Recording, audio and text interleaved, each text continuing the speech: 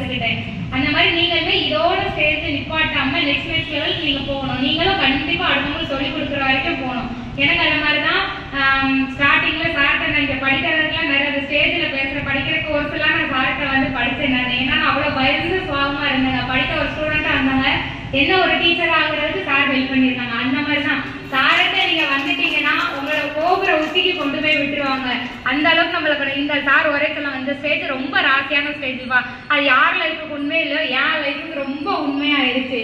நான் ஒரு கீழே இன்ன வரைக்கும் என்ன ஒரு டெலிவரி அப் மாதிரி தான். நாங்கள் வந்து ஃபுல் அண்ட் ஃபுல் நான் ஹோம் டெலிவரியா தான் எல்லாமே பண்ணிக்கிட்டு இருக்கேன். இன்ன வரைக்கும் ஒரு வீட்டு பார்லரா ரன் பண்ணல.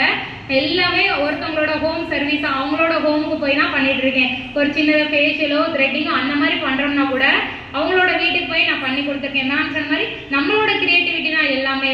இப்ப எல்லாருமே அந்த மைண்ட் செட்டுக்கு வந்துட்டாங்க. ஏன்னா ஒருத்தர் கிளம்பி போய் அங்க போய் பண்றத விட நம்ம வீட்டுக்கு வந்தாங்கன்னா அது எவ்வளவு கம்ஃபர்டபுளா இருக்கு அப்படின்றத அவங்க ஃபீல் பண்ண ஆரம்பிச்சுட்டாங்க. ஸோ நான் இந்த ஐடியால இந்த கொரோனால இருந்து தான் நான் ஸ்டார்ட் பண்ணேன். அப்பையில இருந்து நான் இந்த ஐடியாவை பண்ண ஆரம்பிச்சிட்டேன். கொரோனால மேக்கப் பண்றதுக்குலாம்